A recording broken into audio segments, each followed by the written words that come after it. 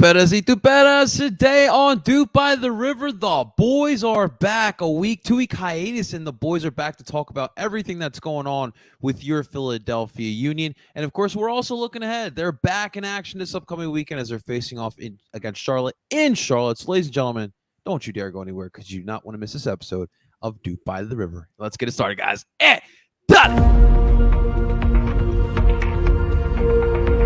DOOP by the River doesn't do anything well. There is not one. I'm sorry. There was no creativity.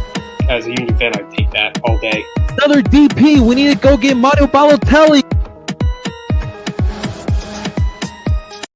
And that is right. Welcome, everyone, to DOOP by the River, the show where we follow everything Philadelphia Union. And, of course, we are brought to you by Philly Sports Network.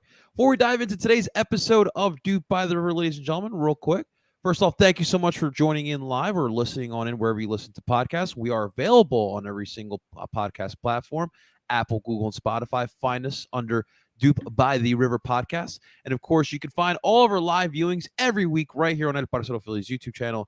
Make sure you guys subscribe and like this for all of your future DOOP by the River live viewings. Ladies and gentlemen, let me introduce you today, my experts in duping, as always. Please welcome back my man, Mr. Tim Lovingooth. What's up, Tim? How you feeling, man? I'm doing all right. You know, I'm hanging in there. I'm getting over a little bit of a cold, so if it sounds like that, that's why. Gotta love it as being a preschool teacher and getting all these young kids coming, grabbing and sneezing all over you. It's a great time. But no, I'm doing all right. I'm ready for some more Union soccer because I mean the last game I was driving the whole time because of that weird kickoff time because it was on some national broadcast. I think it was like 3:30 in the afternoon. So yeah. So I was driving the whole time and I was like, I remember like wanting to check my phone, like, did we score? We didn't score yet. What's going on? And then looking at my phone when I finally got to where I was going after the game and being like, oh, Andre Blake got us a point there. All right. So yeah, I'm ready for some more Union soccer, and we can talk about a whole bunch more with the MLS the last 2 weeks here. Absolutely. And, of course, the man that deems Andre Blake as the one you put in permanent marker. Please welcome Justin Bald Boat Builder Friedberg. Justin, what's happening, baby? Not much. You know, it's been a crazy few weeks. That's for sure. I've been traveling. We all have. All up and down this East Coast the past few weeks. We'll be doing some more of it tomorrow, as yours truly will be in Charlotte. So yeah, it's been a whirlwind of a few weeks. Still tired, still not sure if I fully recovered, but hey, you know, the grind never stops, right? You gotta keep on keeping on with soccer.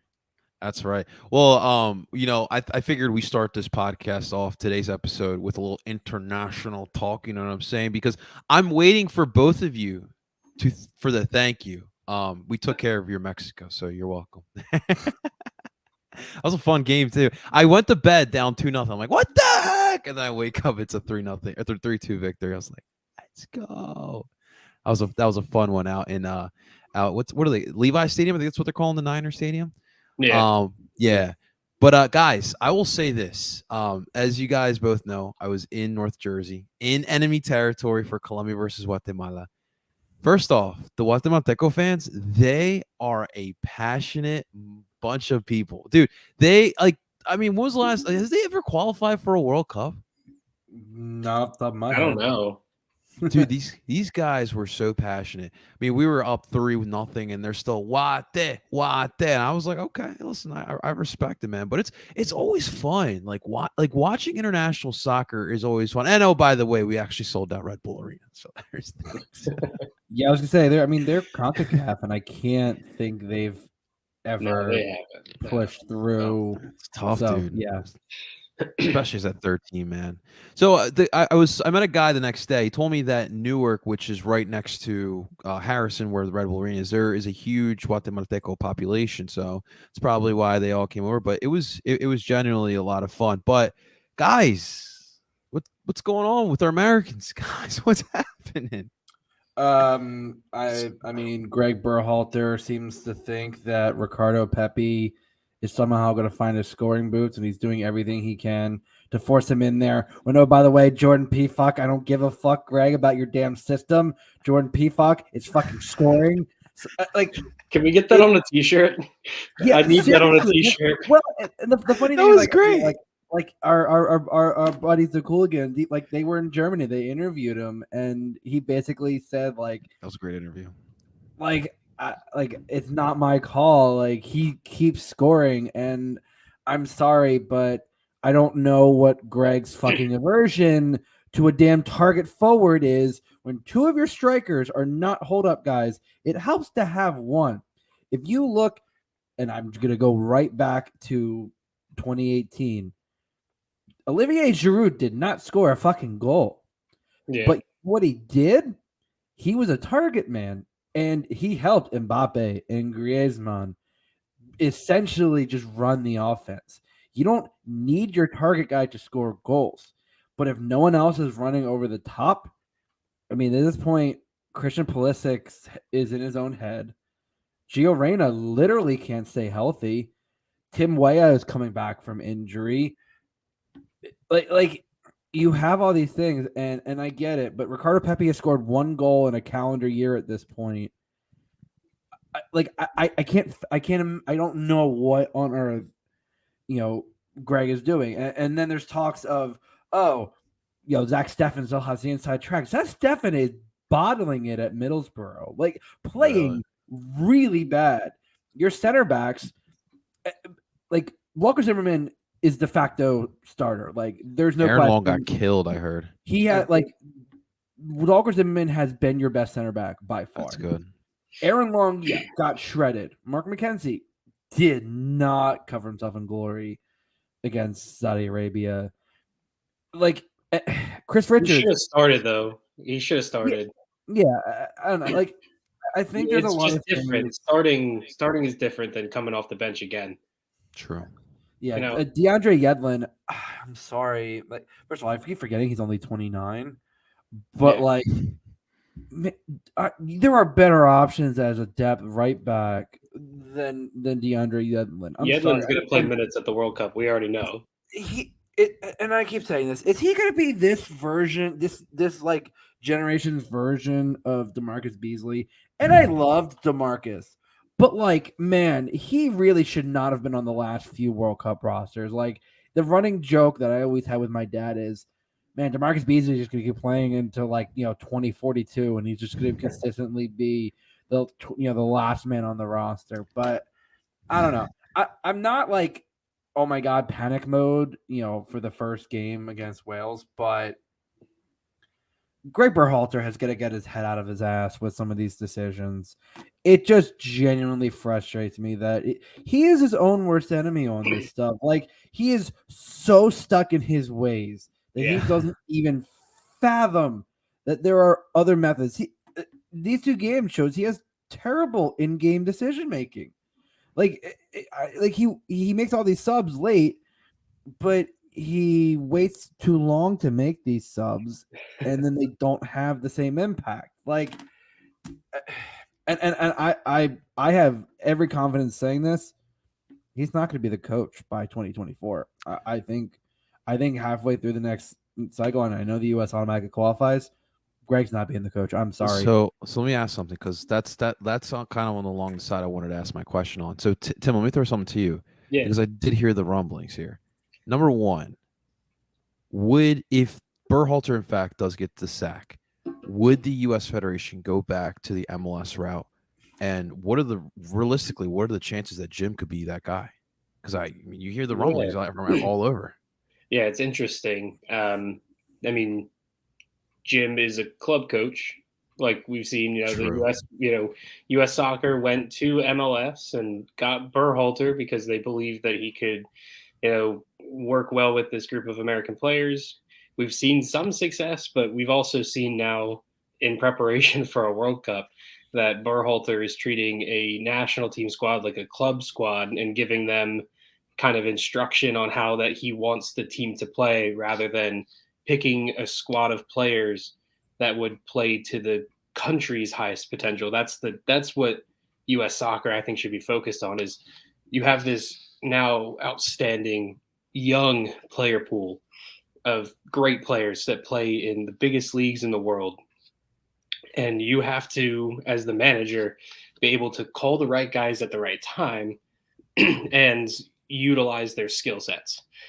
So I think the next coach, whether that be another MLS coach or a coach that maybe has even a higher pedigree, because we're going to be talking about maybe getting a new U.S. coach before the U.S. hosts a World Cup.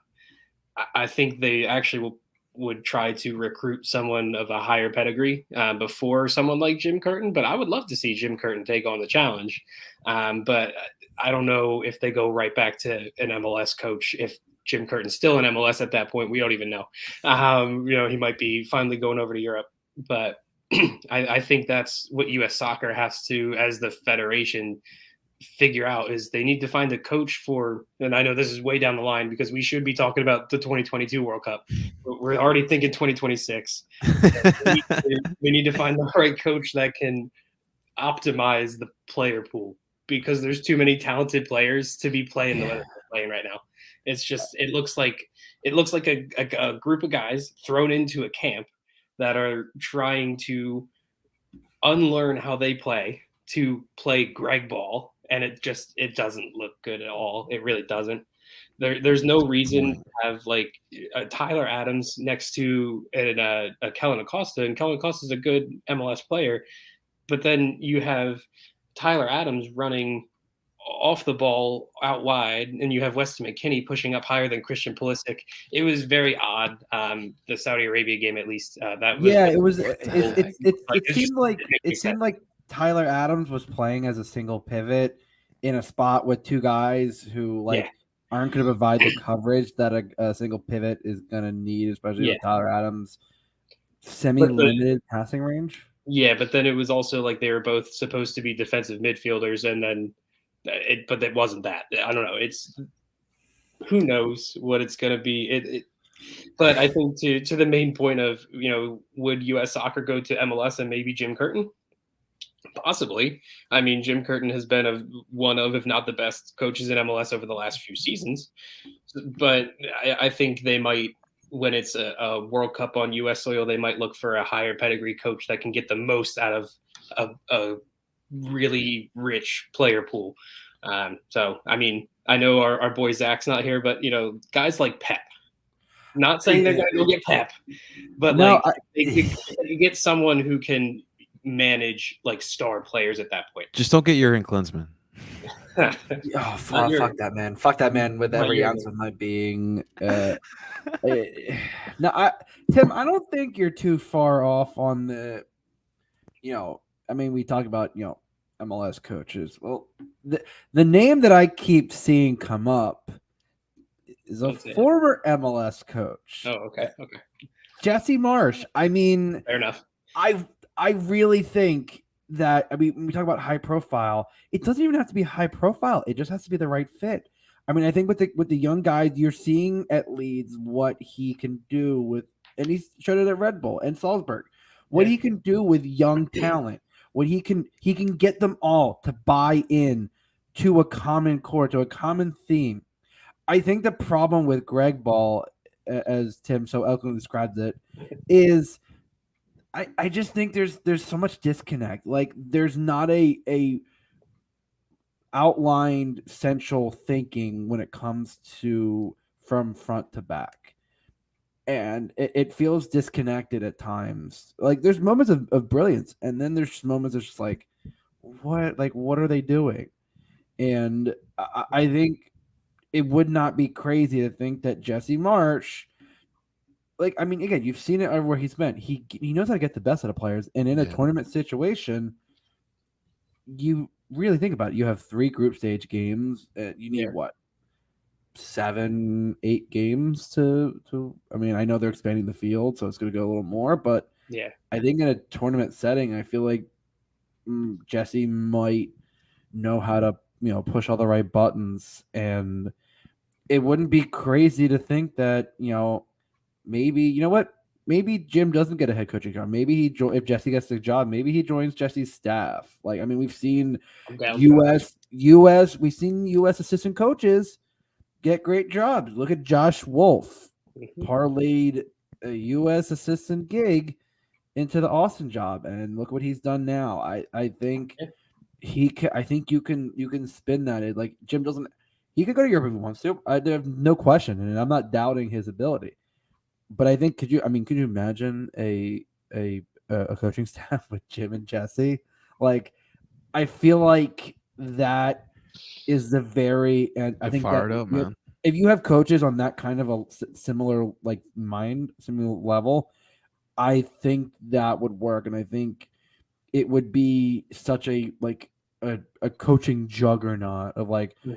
of having multiple coaches having that kind of ability to really rally players. I think it would be something that would be unmatched by most federations. Or hear me out. I mean, I heard Zidane's a free agent still, so I mean, you guys go that route. We don't Zidane with March and Curtin as assistant coaches.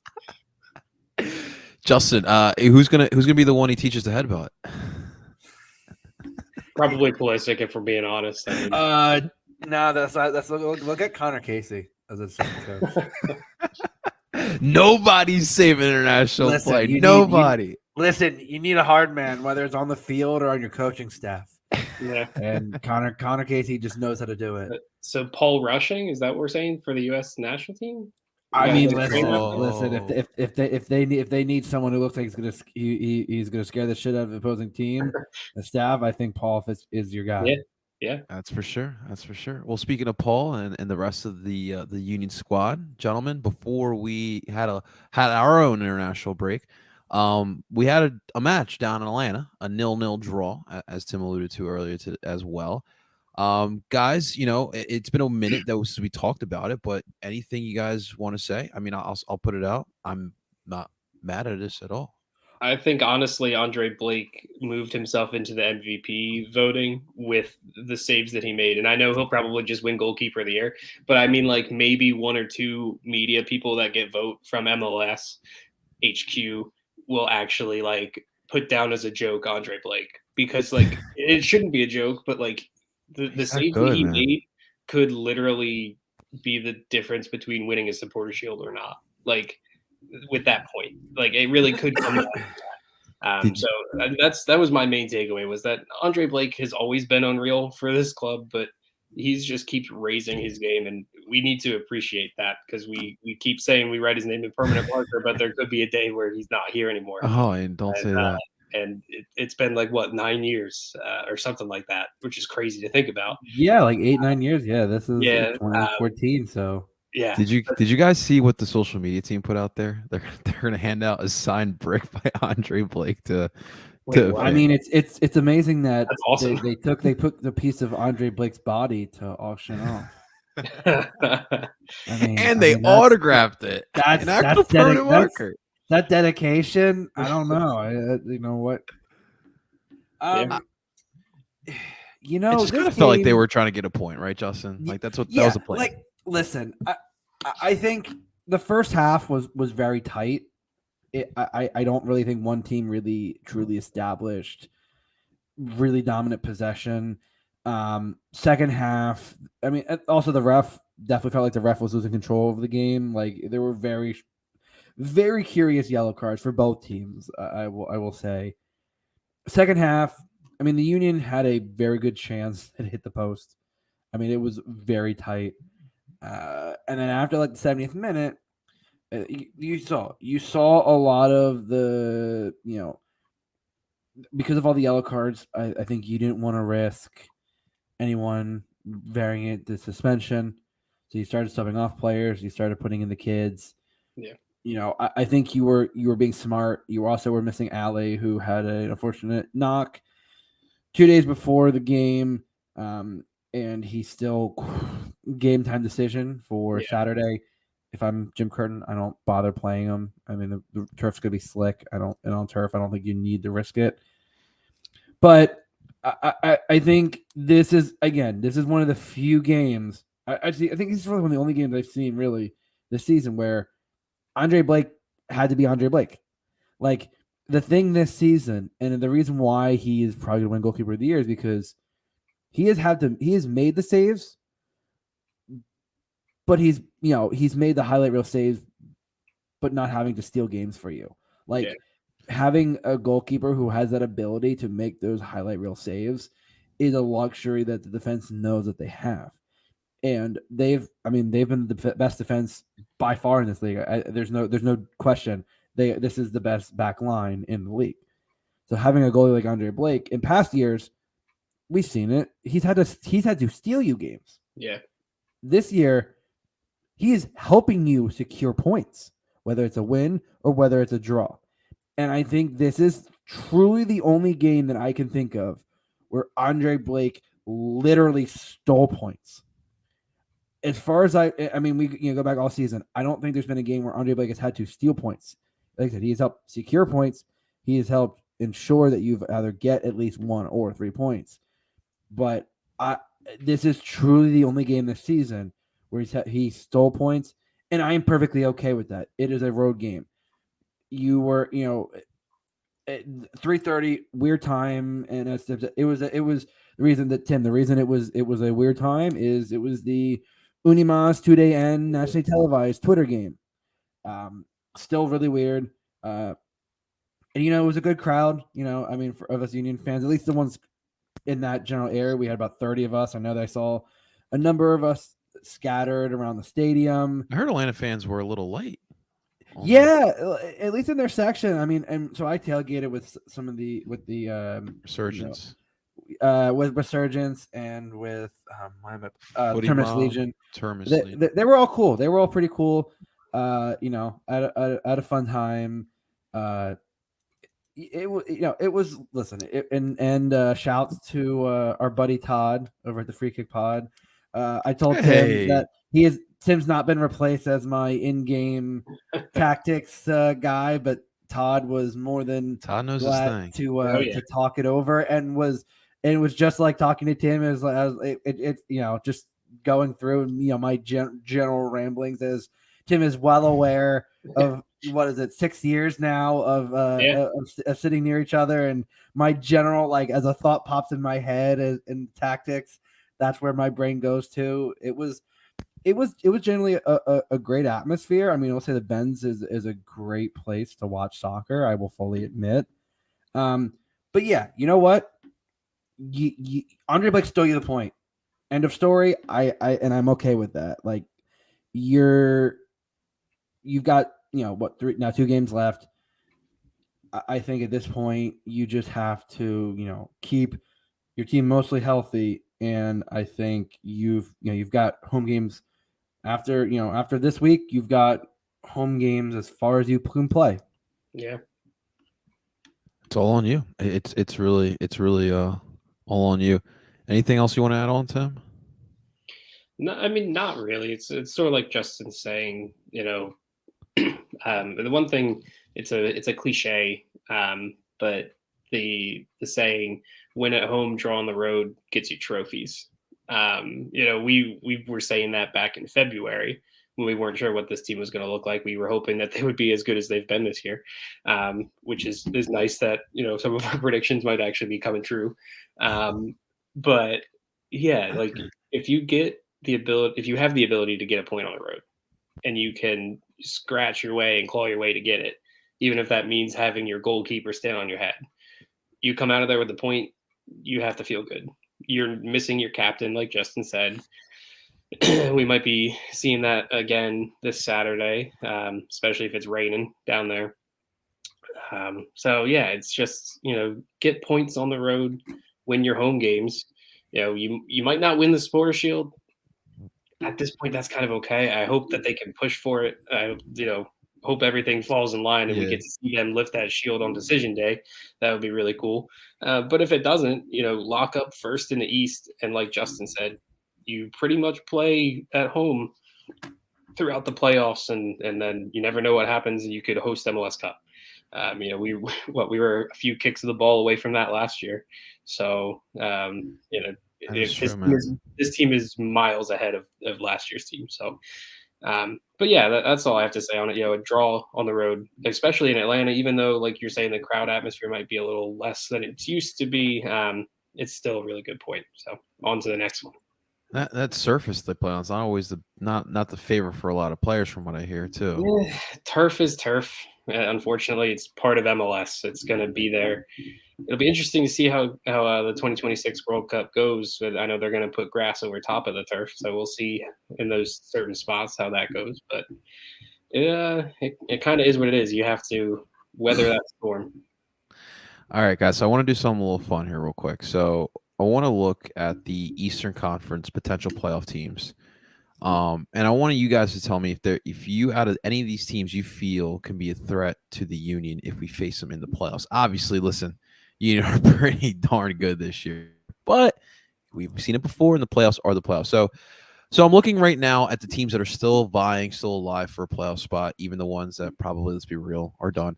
But at the 2 seed, obviously Montreal, followed by the Red Bull, NYCFC, Cincinnati, Orlando, Miami, Columbus, Atlanta, Charlotte, and New England.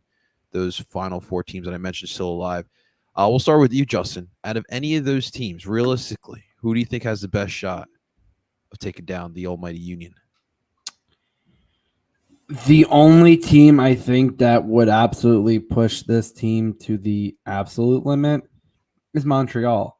Okay. Like, I think looking at everyone, and the name that I keep hearing is Cincinnati. And they're like, oh, well, Pat Noonan has us basically figured out. He used to coach it. Like, again, first off, the draw here, that Union team, miles different than the team that you have now. The Union are not a strict counterattacking team anymore. They haven't been basically since July. On the road in Cincinnati, on the road again. I keep saying this, different atmosphere, and I think in the playoffs, the Union the last few years have been built for the playoffs. Like I think you've seen it; they are absolutely built for it. Montreal is the only team where they have been tough. Now I think is Wilfred Nancy going to be able to corral his team and get them in the right direction? So far, yeah, but I mean, we've never seen him, with this kind of team in the playoffs. Okay. And they've been kind of iffy the last. I mean, I know they've won the last few games, but I watched the Chicago game. They really kept Chicago in that game way longer than it should have been. The game against Columbus, listen, Columbus has been imploding, but Columbus was up for most of that game. Like, I think you look at the past month or so, Montreal has been slipping a little, but absolutely, I think they are the one team that I don't think necessarily. I mean, they could steal a game at Super Park, but I think it would probably be based on their thing. It would be in the conference finals based on how the bracket is at the moment. And so I'm not necessarily worried at that moment. I think the Union have it. So Montreal's really the only team that could, I think, necessarily give the Union a little scare. Tim, you feel the same way? Are you in a different team? I think, like Justin said, Montreal is the biggest, the nearest club to the Union. They could frustrate the Union in Super Park. However, I'll go a little bit different ways just to make it interesting. Just looking at what the bracket would look like right now. I mean, if the Union get that 1 seed, there's no doubt that in that second round that they're going to play New York City, right? Like that's the only thing that scares me a little bit is just the tradition, the history there, rivalry, if you would even call it that. I don't know. I kind of feel like no one's rivals. I feel like it's a rival now. So I think, certainly don't like them. I think that if that matchup happens, it's kind of it's sort of like how back in 2020 when we got New England. It was like, I know we played them like 5 or 6 times that year, so it was a little different. But like they knew how to come in and play, and they saw themselves as the underdog, so they wanted to get one up. And I think if New York City does end up coming to Super Park in that first playoff game, I think then there's a little bit of nerves there for Philly, but I think they can overcome it. They're much better than NYCFC is, especially with Nick Cushing and without Tati Castellanos. The Union should still win that game, but I think the moment, especially after, I know it's not as long of a break, but it's still a week break going into the playoffs. It might hit them a little bit. I think that's like a trap scenario. But I think, like Justin said, the team that would really challenge Philly would be Montreal, and they wouldn't play them until the conference final. So, who would Zach root for, guys? He's stooping on with Jordy versus the Jordy. Yeah, Jordy for sure. that is pretty great. Listen, I again, like, the Union definitely have the fast track. Tim, it would be funny is Tati Castellanos just comes back just to beat the Union and then just goes back to just because he wasn't able to play in the conference final last year. Yeah, that would be fun. All right, well, let's finish out the regular season, boys. We got 2 matches left. That's it, just 2. It's crazy. And first up, we got Charlotte, which of course our boy Justin will be down there. So Justin, you're flying out tomorrow? Yep, 1:45 flight down there. Yeah. We hang to stay with my cousin, and I know there's going to be a decent contingent of Union fans down there. So yeah, it's going to be a fun time. I enjoy Charlotte. It's a nice city, so I'm excited to go back down. I'm really just curious about the soccer experience because you know how I feel about NFL stadiums in the sport. So yeah, the funny thing is, like. The last time I was in Charlotte was right before the pandemic started. Okay. And obviously no one knowing what was happening, and at the time Charlotte was going to be coming in 2021. I remember talking with my Uber driver on my way to meet my cousin, and she was saying that, like, and I kind of knew that. I mean, North Carolina, Cary has been the site of the College Cup and numerous national team games. You have numerous USL sides in this, and I'm saying, I'm like, oh, I'm like, yeah, I'm a Philadelphia Union fan, and I was talking about soccer, and I was like, oh, I played a team, and she was like, and she was going on and on about how pumped everyone was for the team coming, and like everyone was excited, and like, that her whole family plays soccer, and like on and on and on. And I was just like, wow, I did not realize how passionate of a community there is in Charlotte. Yeah. And you've seen it this year. I mean, they've had a pretty solid crowd for most of the season. I'm honestly surprised. And that was the thing. People initially were like, oh, those for a few games, oh, that's it. Like, it's that, that early boom, and then it's like it fades off. Not that I saw, even with the instability with the coach, those fans have remained loyal, and I will give them credit where credit is due. They've hung around. Now, they are holding on by the absolute skin of their teeth, and they do have 3 games left, but there is basically little chance of them making the playoffs. But like, hey, they're in this position. It's cool. Like that's big in their first year to be this close. Outside of like LAFC and Atlanta, I can't think of Seattle. Well, Seattle this year is doing the exact opposite. It's funny. Yeah, the first year. Listen, they're not making the playoffs, which is they're not going to make it. First time ever. Which I find hilarious. What? Yeah, I mean, ever. They have been in the playoffs. They need to win out and have help make it. Yeah, but I think the Charlotte team has been better than the sum of their parts, I think, at times. But I think, having said that, I just think that we've talked about how Andre Blake stole a point here. I don't think we're gonna have to worry about that as much, because despite how this team's changed, Charlotte's still very reliant on Swiderski. Like, he really is. They lost one of their best central defenders, Carujo, to a bad knee injury. Isn't Fuchs out too? He got a red card, and I think he had was it just one game, or I thought he had he had a couple because it was. But so yeah, like the Charlotte this will be an interesting game, but I think that the Union, after what happened with Atlanta, I think you only have one more away game. I think you'll give it a little more effort, and I think you've seen how this this Charlotte team plays. They're shaky out of the back.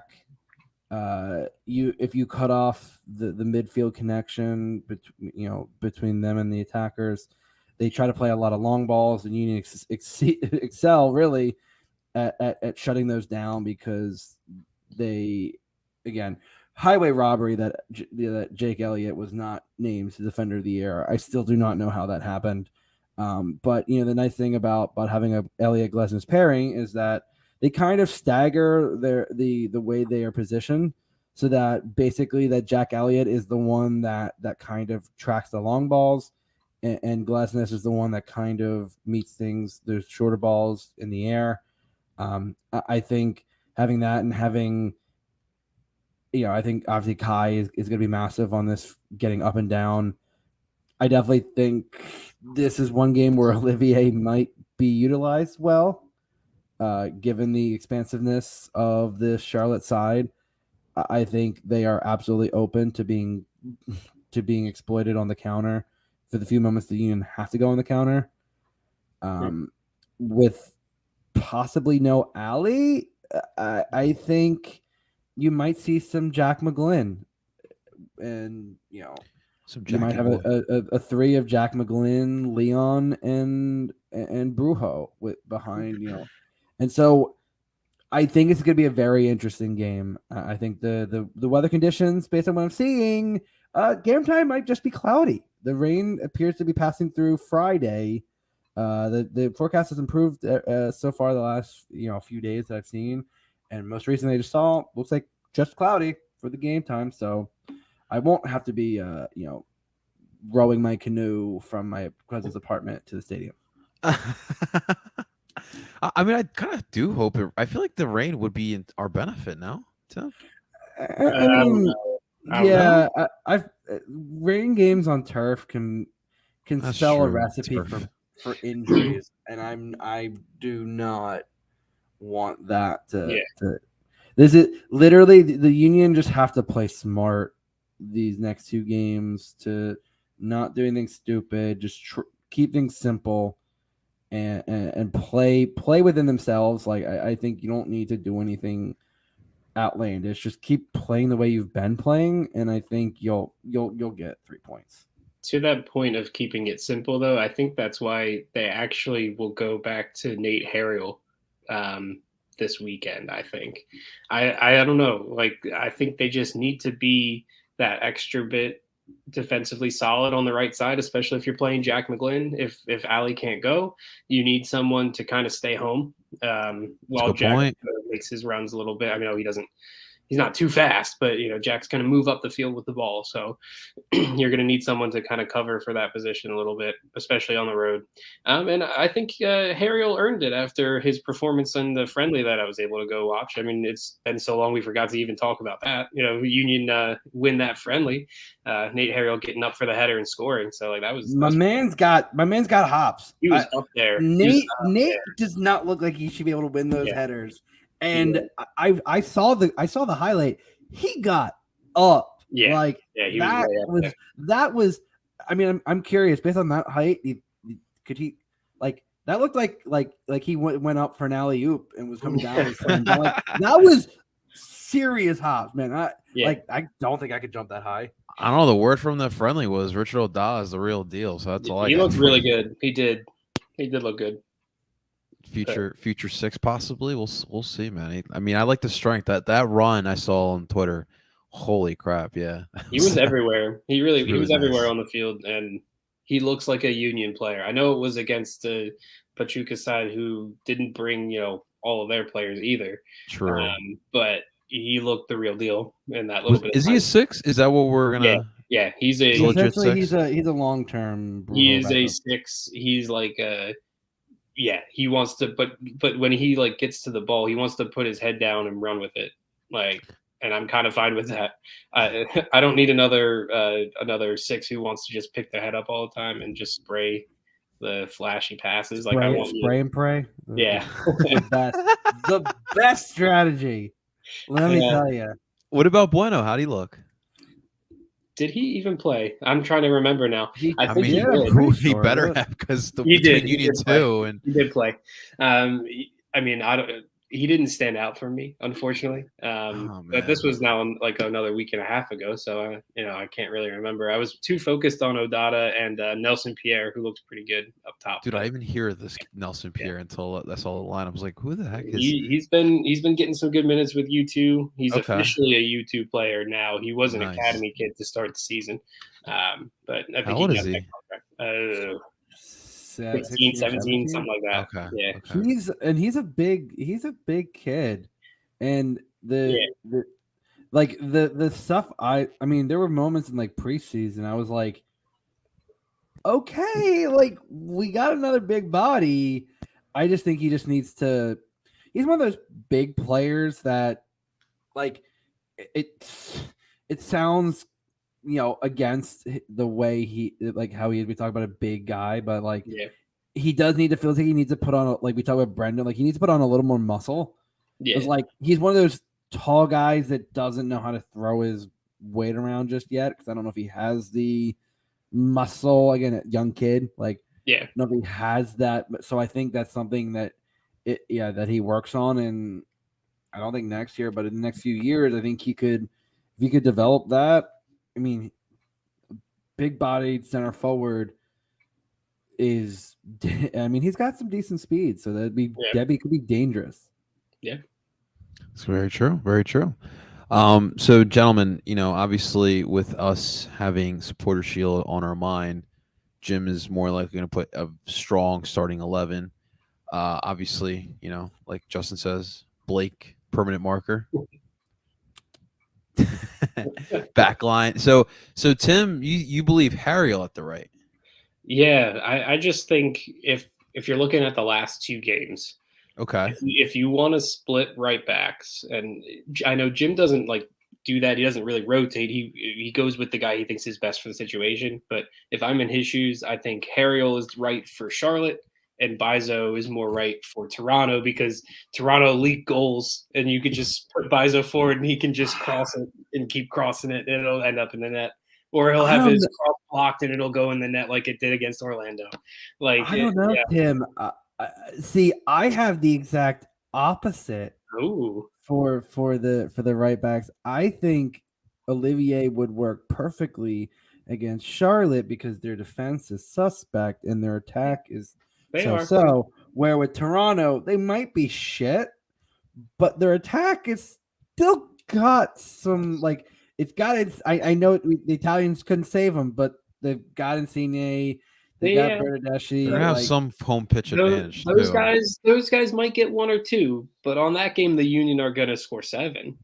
So it's fine. Please, this is 2020, Tim. I mean, damn I hope so, man.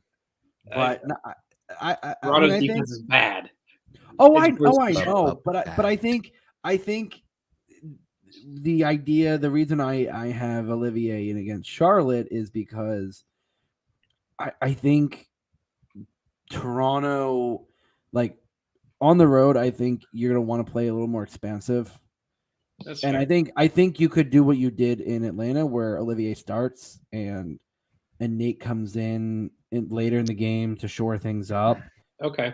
And again, Toronto, I could see the flip side where Nate kind of keeps things down, and then when Toronto's tired, you throw on Olivier to just run reckless against that defense. Run down the sideline. Just keep running down the sideline. Yeah, exactly. Like, and we see like Nate can get up the field. Oh yeah, but he prefers to stay back because he is probably. I would say he's probably the team's best 1v1 defender. I don't think it's hard to argue that. He said so back in March when I had the ability to talk to him for like 10 minutes.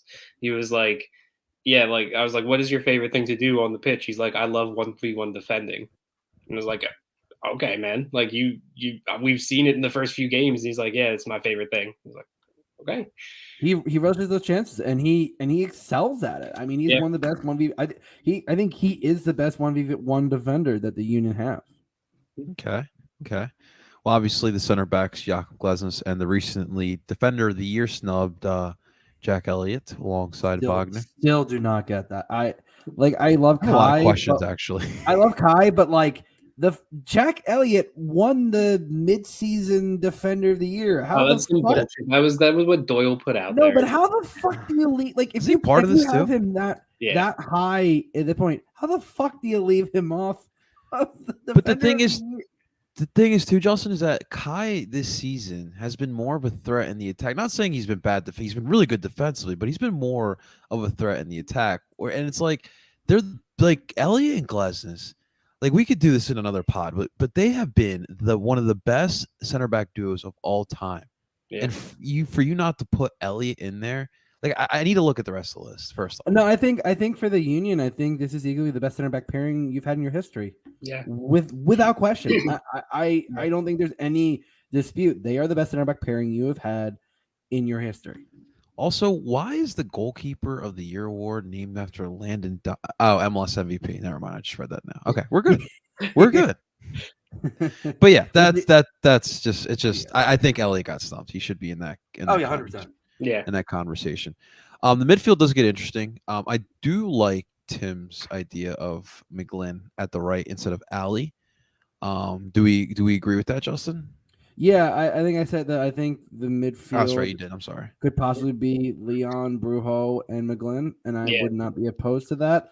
I think the only issue that leaves is does that make Leon your like the guy who crashes the box after? Because I mean, you're gonna have the front three in there, and then more willing, Ali is usually the guy that crashes the box. So who fills that part of? Like, I think you might need Jack McGlynn to actually fill that role of being the late runner.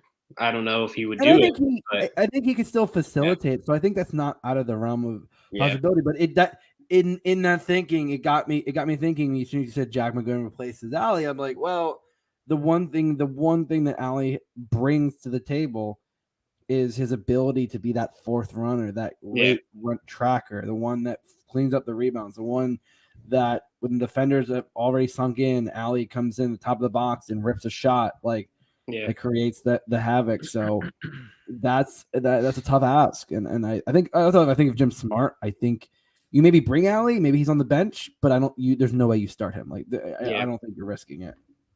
This is true. And then we have to find a nickname for this big three. Gazek, Karansanua. We're gonna find something for them. We'll have to give it to the listeners. Give a good nickname to these three, because these guys deserve like a good. Yeah, like the Legion of Dupe. Like I'm trying to like Justin got that one. I'm trying to create an acronym with their. Yeah, I was trying to do something with like the nationalities. With their names, it's real because you got Argentina, Hungary, and Denmark. And Denmark, it kind of creates an issue here. We'll call them something fun, but these guys should have some fun on Saturday, right? Yeah, I think so. I don't see why. You think they'll get it back after another game on turf? Like I said, I wasn't able to watch the game in Atlanta, but it sounded like that's what people were frustrated with, was that the attacking three really couldn't get a foot right on the turf and create many good attacks. I don't know. Like I said, I wasn't really able to see much of that one. I also think it was the fact that Atlanta was kind of jamming things up in the midfield. Where I don't think Charlotte is going to have that ability to break things up like that. So I think I think Gazdag will have time and space on the ball. I think he'll be able to do what he does best and get the strikers really moving and getting them in space. And they had chances. Yeah, like I said, the ball just had those weird bounces. Like, it would just like the perfect ball over the top, and the ball would be just out of the reach, or just like not like it was right. Like I think the turf was acting a little funny, but turf can act that way sometimes, and I A think little funky. it'll be a little funky, but I think that's kind of the risk you run when you're playing on turf. So Very you're true. you're saying that Derek Jones won't be able to stop these guys? Oh What you're my saying? God, you just went there. I don't think he will. I love Derek Jones. Where is he? but He's in in Charlotte. Charlotte and he's starting. Are you Yeah, serious? he's been a starter for them. He got traded like very early on in the season. Yeah. Wow, I really thought he was in USL by now. No, he was a starter. He was a starter / bench player for Houston. He has a goal on the season. He's not looking terrible, but he's. But I think to contain that front three, if they are missing Fuchs and they're like I said they're out Carujo, Yeah. I think it's going to be a big ask on that defense. It's going to put a lot of pressure on the defensive mids to cover the defense, and I just don't know if they have that ability. Yeah, you're not wrong. I mean, with this team, like you said earlier, Justin, swarm Swiderski, and you got the ball, and they can't score. So if you can do that, and if Brujo's on him, if the center backs are on him, then the Union should be in pretty good shape to convert some of those chances. Okay, let's get some score predictions going on. Justin, how you feel about Saturday? I think we're gonna have a repeat of that night in early in the season. I think it's a 2-0 victory. I think the Union go take one step towards the supporter shield, and I'm gonna go so bold as I think LAFC is gonna draw or lose against Portland this week. I mean, as I said, between the two teams, LAFC had the tougher last two games compared to the Union. A Portland team that is absolutely still battling for the playoffs, and a Nashville team that desperately wants a home playoff game. I think the Union. I think the break came at a perfect time. With Ali being your only real injury, I think you have pretty much a fully healthy squad. I think the Union are gonna, after that game in Atlanta, are gonna say, Jim's gonna say, okay, you know what? I think it was almost there. I think we were off a little bit, but I think they will come back, and I think it's gonna be a comprehensive victory. I think the scoreline will make it look closer than the game is as the game in Philly was. I mean, that game could have been broken open a number of times, and I just don't think outside of Swiderski. And I know the other Polish player that they have, I believe, is out or at least questionable. So I don't. Is Goda, or is he not there anymore? No, Jozwiak, I think is the. But I don't know. I think Swiderski's still really the main threat, and I know Daniel Rios has been playing, but he's not really that agile. He's a big body in the box, and when you have two big center backs, I don't really think that's going to be a problem. So, not at all. Timmy boy, let's get that prediction.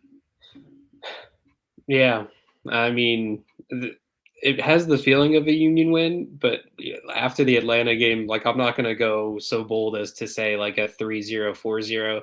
I think it's a 1 or 2 goal win for the Union. I don't think they give up a goal. Like I said, all you really have to do is stop Swiderski from turning or running free, and you're going to stop them from scoring.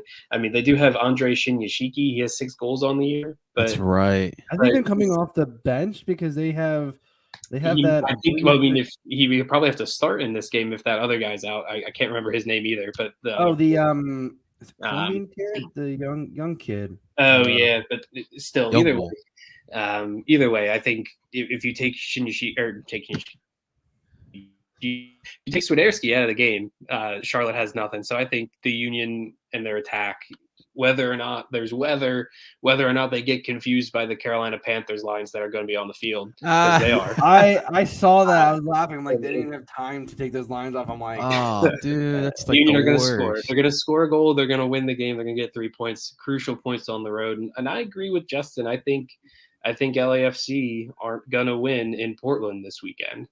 That's massive. That'd be a massive ask in and Portland.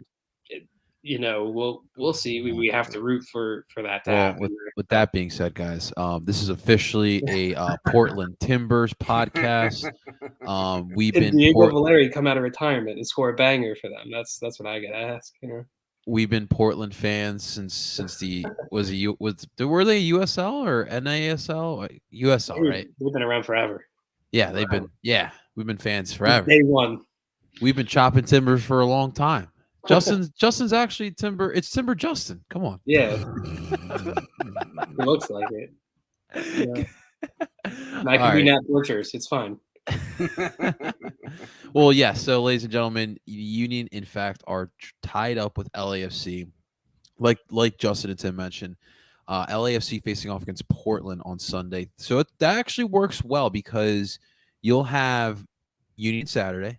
You got the Birds at 1:00, and then to kind of ease it in, you get to watch the end of Portland and LAFC. So your Sunday's set, guys. Your weekend's set. What else do you need? Oh yeah, listen, I'm coming right from Well, the you're airport. gonna I'm going to my buddies watching the Eagles game, and I'll probably just throw on the LAFC game. Oh yeah, got this covered. It's gonna be a great weekend. Awesome. Absolutely. Before we sign off, I do want to give a big thank you to the actual club, the Philadelphia Union, for inviting me to media fantasy camp. That was a lot of fun. Yes. The one thing I'll take away, and it's funny because we were talking about rotation today. The one thing I've always criticized Jim was rotation, and Jim actually mentioned today that he believes that by having players, the starting 11, play together as many games as possible, it builds chemistry, it builds that cohesiveness that you've seen. That's part of the whole philosophy of playing them all the time. So that's why I love talking to those dudes, because I learned something today. I understand now. One of my frustrations has been answered, so I'm good. I won't criticize you anymore, Jim. I get it. Still would maybe like to have you rest Ali a couple times, when he's a little bit older. But you know what? You know what you're doing. And hey, next year you can ask Jim if Andre Blake ever needs a rest. We can watch a Sporting Serotonin game. I'm sure Jim He knows my name. Yeah, he's scouting network. What can I say? Dude, listen, Sporting Serotonin was well represented. Paul with a fantastic question, by the way, asking Jim about how he handles mental health with his players. So awesome. We love Paul for that. We had Luke coming up in the Sporting. I think AJ too. The both Doopy brothers walked up in their Serotonin kit. So Sporting Serotonin was well represented. I'm sure Paul's gonna have some great content coming out as well, man. Always well represented. Well, ladies and gentlemen, that's going to do it for today's episode of Dupe by the River. Really appreciate everyone tuning on in. Make sure you guys hit the like button, subscribe for more of your live viewings of Dupe by the River. We're available wherever you stream podcasts as well. Just find us on the Dupe by the River podcast. Ladies and gentlemen, that is Justin Bald Boat Builder Friedberg. That is Tim Lovinguth. And of course, I go by the name El Barcelo Philly, and we're telling you guys